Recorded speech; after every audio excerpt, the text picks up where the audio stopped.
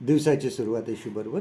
एक तरुण एका गावामध्ये राहत असतो आणि तो सर्वांना मदत करायचा. आपल्या शेतामध्ये पण जाऊन दिवसभर काम करायचा. पण तो खूप उतावीळ होता. त्याच्याकडे आपण म्हणतो पेशन्स नव्हते आणि त्याला असं वाटायचं की सगळं काही पटकन व्हावं आणि मग तो निराश होऊन बसायचा. कधीकधी असं वाटायचं की एखादं कला आपल्याला आली पाहिजे, ड्रॉइंग आलं पाहिजे किंवा इतर गोष्टी आल्या पाहिजे आणि त्याला असं वाटायचं मला ते भरकन आलं पाहिजे आणि तो थोडा प्रयत्न करायचा आणि त्याच्याच्याने काय व्हायचं नाही आणि मग तो मध्येच सोडून द्यायचा आणि निराश व्हायचा आणि सांगायचा माझ्याच्याने काय होणार नाही. त्यांनी शिकण्याचा प्रयत्न केला, काहीतरी वाद्य वाजवायचं वगैरे, पण लगेच त्याला काही जमायचं नाही आणि मग तो मध्येच सोडून द्यायचा आणि सांगायचा माझ्याच्याने होणार नाही. आणि आपण म्हणतो त्याच्याकडे काही पेशन्स नव्हते. एक दिवस तो बाहेर फिरायला गेला असताना एक वृद्ध माणूस त्याला दिसला त्या मोकळ्या जागेमध्ये एका जंगलाच्या. आणि त्या वृद्ध माणसाकडे एक धनुष्य होता हातामध्ये आणि काही बाण खाली पडलेले होते. आणि समोर एका मोठ्या झाडाला त्यांनी एक गोल लाकूड असं ठोकलेलं होतं आणि त्याच्या बाजूला असे गोलाकार असे गोल बनवले होते, सर्कल्स बनवले होते आणि त्यावर तो धनुष्यबाण लावून मारण्याचा प्रयत्न करत होता. आणि ह्या तरुणाने बघितलं, तो जरी माणूस दाढी पिकली होती, वृद्ध होता, तरी तो शरीराने अगदी मजबूत होता. त्यांनी बाण उचलला, तो धनुष्याला लावला आणि नेम धरून त्यांनी मारला.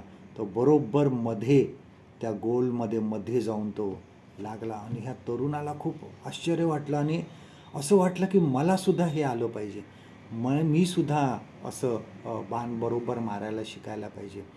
आणि तो त्या वृद्ध माणसाकडे जाऊन म्हणाला की मी प्रयत्न करू का, मला तुम्ही शिकवाल का? आणि त्या वृद्ध माणसाने त्याला धनुष्य दिला, एक बाण दिला आणि सांगितलं आता नेम धरून मार.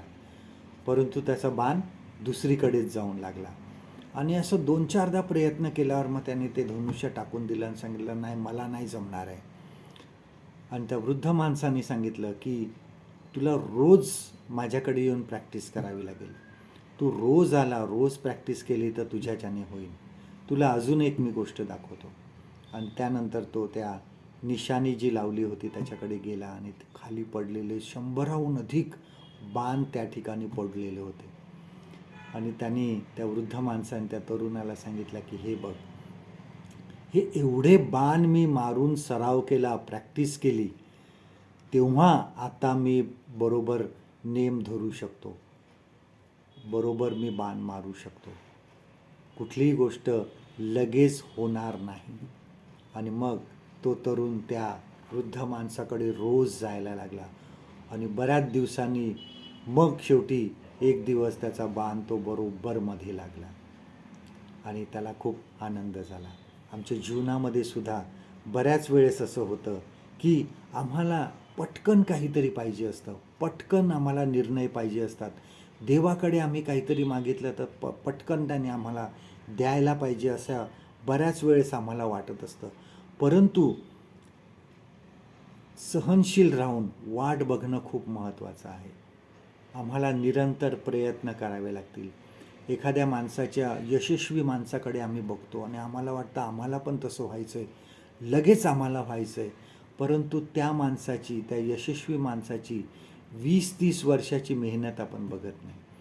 त्या माणसाने तेवढी मेहनत एवढ्या वर्ष केलेली असती म्हणून तो यशस्वी झाला आहे, हे आपण बघत नाही. इंग्लिशमध्ये असं म्हणतात की there is no shortcut for success. यशस्वी होण्यासाठी कुठलाही शॉर्टकटचा मार्ग नाही. देवावर विश्वास करा, ठेवा, प्रयत्न करीत राहा, देव तुम्हाला सहाय्य करेल.